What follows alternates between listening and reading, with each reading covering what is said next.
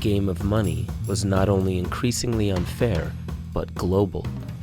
And then, in 1971, Tricky Dicky changed the game forever. I have directed Secretary Connally to suspend temporarily It was permanent. the convertibility of the dollar into gold or other reserve assets. What does it mean for you? For you, it means that money in your pocket, or more likely your computer, is backed not by gold, not by reserve assets anymore, but by a promise from the government. You know, where the gold promise used to be.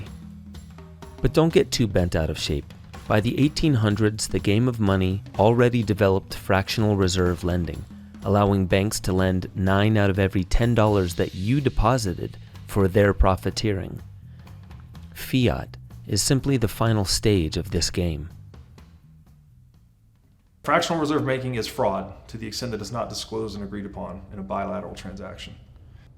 You signed a contract with me to put gold on deposit, 100% redeemable at any time, on demand by you.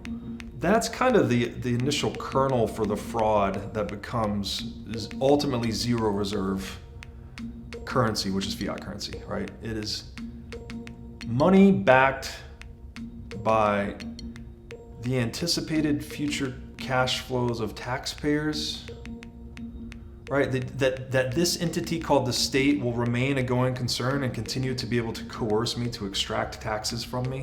That's what it's backed by. It's backed by the threat of coercion, compulsion, and violence, right? Try not paying your taxes for 10 years if you don't believe me.